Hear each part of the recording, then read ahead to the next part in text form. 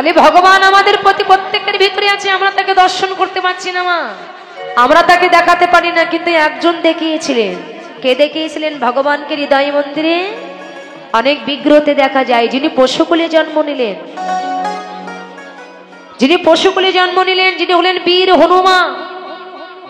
যখন অযোধ্যায় ফিরে এসেছিলেন, রামচন্দ্র রাজ সিংহাসনে বসলেন, তার গলায় যখন মুক্তার মালা দিয়ে দিয়েছিলেন, সেই মুক্তার মালাটা রামচন্দ্র খুলে হনুমানের গলায় দিয়ে দিয়েছিলেন। আর যেই না হনুমানের গলায় দিয়ে দিয়েছে, হনুমান মনে মনে চিন্তা করছে মালা দিয়েছে তাই একটা মুক্তা দাঁতে নিচ্ছে, চিবাচ্ছে, ফেলে দিচ্ছে,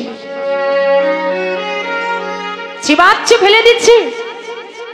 এই দৃশ্য লক্ষণ দেখে লক্ষণের রাগ হয়ে গেছে। এই হনুমান, ছি, লজ্জা করে না? আমার দাদা তোমাকে এত বিশ্বাস করে এত ভক্তি ভাবে তোমার গলে দিয়েছে মুক্তার মালা, আর তুমি দাঁত দিয়ে চিবাইয়ে চিবাইয়ে ফেলে দিচ্ছ। এই জন্য কথাই বলে না, হনুমানের গলায় আবার মুক্তার মালা। হনুমানের গলায় কি মুক্তার মালা শোভা পায়? এই তুমি দাঁত দিয়ে চিবাই চিবাই কেন ফেলে দিচ্ছ? হনুমান বলছে, লক্ষ্য, এই তুমি দাঁত দিয়ে চিবাই চিবাই কি দেখছো? দেখুন, যে পশু কুলে জন্ম নিল তার ভিতরে ভক্তি দেখুন, আর আমরা মানুষ কুলে জন্ম নিয়েছি। কার কি সর্বনাশ করা যাবে, কার নিন্দা করা যাবে, কার অহংকার কি করে অহংকার করা যাবে, কার কি করা যাবে, কার সর্বনাশ করতে হবে, আমরা এগুলো লক্ষ্য করি। যে ওর কি কথা বলা যাবে, ওর কি করে সর্বনাশ করতে হবে, আমরা এইগুলো জানি। আর এইগুলো করছি বলে আজকে আমাদের এই অবস্থা। এই যে দেশে এত হাহাকার, এত অন্যায়, এত অত্যাচার, চিন্তা করতে পারি এখন বর্তমান যে অবস্থা, এত কিছু, এর কারণ কিন্তু আমরা। কেন? বর্তমান যুগে মানুষের ভিতরে নাই প্রেম, নাই ভক্তি, ভগবানের প্রতি তো বিশ্বাসে নাই, ভিতরে আছে অহংকার।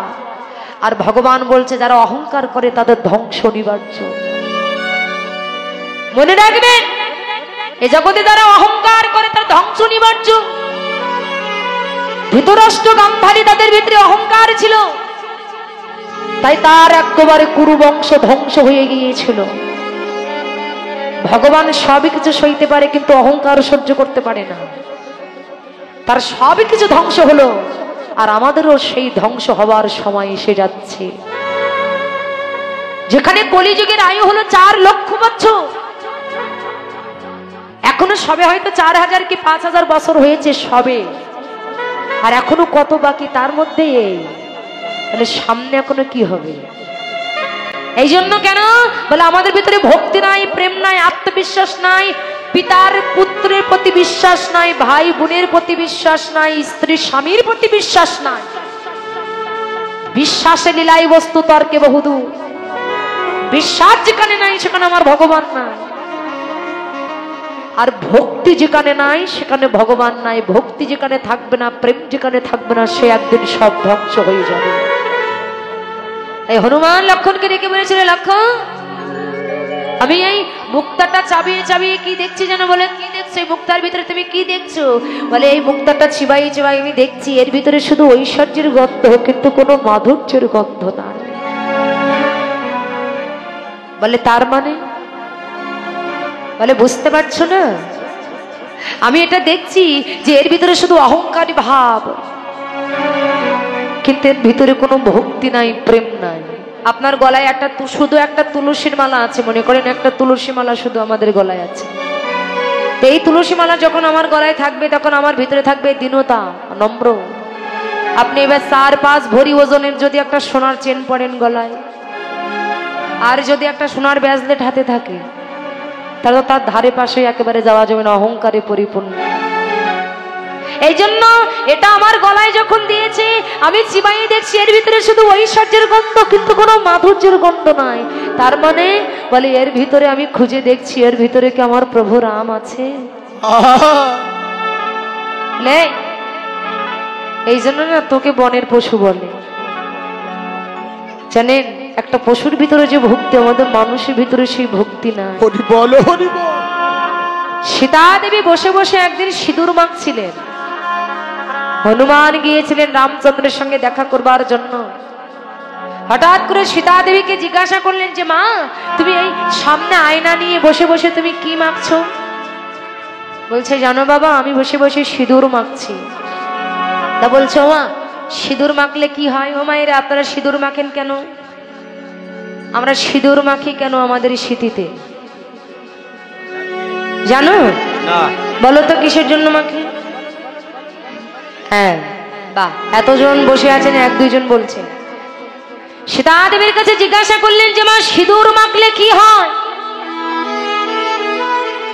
সীতা দেবী বলছে বাবা, এই সিঁদুর মাখলে তোমার প্রভু রামের মঙ্গল হবে। স্বামীর মঙ্গলের জন্যই সিঁদুর মাখতে হয়। বলছো সিঁদুর মাখলে প্রভু রামের মঙ্গল হয়? দেখুন ভক্তিটা কেমন, বলে হ্যাঁ। তখন হনুমান বলছে জানো মা, অনেক দূর থেকে এসেছি, তুমি আমার এক গ্লাসে জল দিতে পারো? সীতা ঠাকুরানী যেই না এক গ্লাসে জল আনতে গেলেন, আর হনুমান কি করলো জানো বাবা? ওই যে কটু ভর্তি সিঁদুর ছিল, ওই কটু ভর্তি সিঁদুর সব তার সর্বাঙ্গে ঢেলে দিলেন।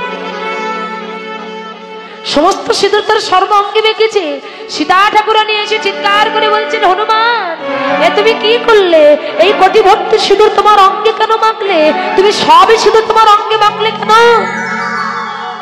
হনুমান বলছে মাগো, তুমি বললে না যে সিঁদুর মাখলে প্রভু রামের মঙ্গল হয়? তাই মা, আমি এই সমস্ত সিঁদুর আমার গায়ে মেখেছি যেন বেশি বেশি করে আমার প্রভু রামের মঙ্গল হয়। বলো হরি বল। দেখেছেন ভক্তি কাকে বলে? এরা ভগবানকে পাবে না তো কে আমরা পাবো? কত ভক্তি, কত উদারতা। এবার যখন লক্ষণ করেছিল, তুমি বলছো যে এর ভিতরে প্রভু রাম আছে, তাহলে সমস্ত জায়গায় প্রভু রাম আছে, বলে সমস্ত জায়গায় আমার ভগবান আছে, যার ইশারা ছাড়া একটা গাছের পাতা নড়ে না। সব জায়গায় প্রভু আছে। লক্ষণ তখন বলেছিল যে সব জায়গায় যদি প্রভু থাকে তাহলে তোমার ভিতরেও প্রভু আছে, বলে অবশ্যই। বলে তোমার ভিতরে যদি প্রভু থাকে তাহলে একবার তুমি দেখাও তো তোমার ভিতরে যে প্রভু আছে। তখনই হনুমান নয়নের জল ছেড়ে দিয়ে প্রভুকে ডেকে বলেছিল, প্রভু আমি জীবনে কখনো কোনো দিন আমি আমার সুখ চাইনি। আমি তোমার সুখে সুখী হয়েছি, আমি তোমার দুঃখে দুঃখী হয়েছি। আমার এই জীবন যৌবন মন প্রাণ আমি সবই কিছু তোমার চরণে সঁপে দিয়েছি। তুমি মোর মাতা, তুমি মোর পিতা, তুমি মোর ভাই, তুমি মোর বন্ধু, তুমি মোর পুত্র, তুমি মোর কন্যা, তুমি ছাড়া এই জগতে আমার আর কেউ নয়। তাই প্রভু আজকে সময় এসেছে প্রমাণ করবার। আমি তোমাকে যে জায়গাটায় বসে আমি তোমাকে পূজা করি, আমি তোমাকে যে জায়গাটায় রেখে যে এতদিন ধরে আমি পূজা করছি, আমি আজকে দেখাতে চাই যে তুমি আমার কোন জায়গায় আছো। এই বলে হনুমান কি করলো জানো মা? সঙ্গে সঙ্গে তার নখ দিয়ে সেই হৃদয়টাকে বিদীর্ণ করে রাম সীতার যুগল মূর্তি দর্শন করা।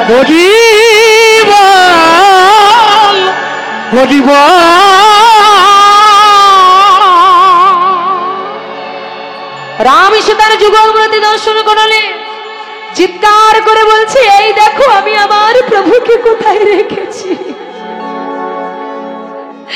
এই দেখো আমার প্রভুকে আমি কোথায় রেখেছি। রামচন্দ্র সিংহাসন থেকে নেমে এসে হনুমানকে হৃদয়ে জড়িয়ে ধরে বলছো, হনু টোনটা বাড়াও, চেপে গেছে, তুমি আমাকে এত ভালোবাসো। আজকে পশুকুলে জন্ম নিয়ে তোমার ভিতরে যে ভক্তি, যে প্রেম, একটা মানুষের ভিতরে এই ভক্তি, এই প্রেম নাই। যদি এই ভক্তি, এই প্রেম যদি মানুষের ভিতরে থাকতো, এত হাহাকার, এত অন্যায় অত্যাচার পৃথিবীতে হতো না। পৃথিবীটা প্রেমে ভক্তিতে ভরে যেত।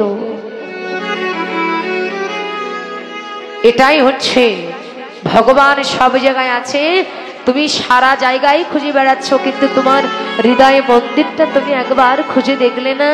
আর ওখানেই তুমি খুঁজে দেখো, ওখানেই তুমি আমার ভগবানকে লাভ করতে পারবে। তাই আজকে এই জগৎ জীবকে শিক্ষা দান করবার জন্য আমার গৌর হরি পীড়িতির মূরতি ধরেছে। প্রীতি নয়নে নয়নে বান বরিশনে তাহাত জন্মাইল পি, অধরে অধরে কৃষ্ণ কথা আলাপনে তাহাত জন্মাইল রি, আর হিয়াই হিয়াই প্রেমা আলিঙ্গনে তাহাত জন্মাইল তি। প্রীতি সুখে রেতি না আখর তুলনা দিব বাকি। হ্যাঁ, প্রীতি যদি করতে হয় রাধা গোবিন্দের সঙ্গে প্রেম করো, ভালোবাসা যদি করতে হয় রাধা গোবিন্দের সঙ্গে ভালোবাসা করো। এক চিতে ভাবিতে ভাবিতে বিধি নির্মাণ করল পি, রসের সাগর বন্ধন করিতে তাহাত হইল রে। পুনশে আসি অমিয়া হইয়া তাহাতে বিহাইল তি, প্রীতি সুখে রেতি না আখর তুলনা দিব বাকি। তাই জীবের কুরতিকে নাশ করবার জন্য গৌরাঙ্গ মহাপ্রভু আজকে প্রীতির মূরতি ধরেছে মা। প্রীতির মূরতি ধরে নদী আর পথ দিয়ে দুটি বাহুকে উত্তোলন করে গৌরাঙ্গ মহাপ্রভু আমার নাম করতে করতে চলে যাচ্ছেন। আমার কমিটি দাদা ভাইরা দেখুন মা, একটা যজ্ঞ করতে গেলে, কীর্তন করতে গেলে অনেক অর্থের প্রয়োজন হয়। তাই আজকে তারা আপনাদের কাছে যাবে, আপনাদের যার যার সামর্থ্য আছে সেই সামর্থ্য অনুযায়ী আপনারা দান করবেন। এই দান করার কথা বলেছে বলে জায়গা থেকে উঠে যাবেন না। অর্থ পরমার্থ, অর্থ অনর্থ। অর্থ তখনই পরমার্থ হয় যখনই সেই অর্থটাকে আমার গোবিন্দের নামে দান করা হয়। আপনি এত টাকা দিয়ে মাছ মাংস কিনে সেবা করছেন, সেটা আপনার কোনো কাজে লাগছে না। যদি ভগবানের নামে দান করতে পারেন এটাই হবে আপনার একমাত্র ভবপারের সম্বল। তাই যার যার সামর্থ্য আছে সেই সামর্থ্য অনুযায়ী আপনারা দান করবেন।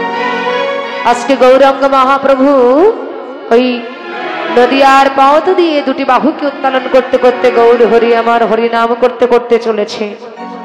এমন সময় নদিয়ার এক নাগরী আপন নাগরীকে দর্শন করে বলছে, নাগরী রে আমার গৌর হরি কেমন ভাবে যাচ্ছে জানিস?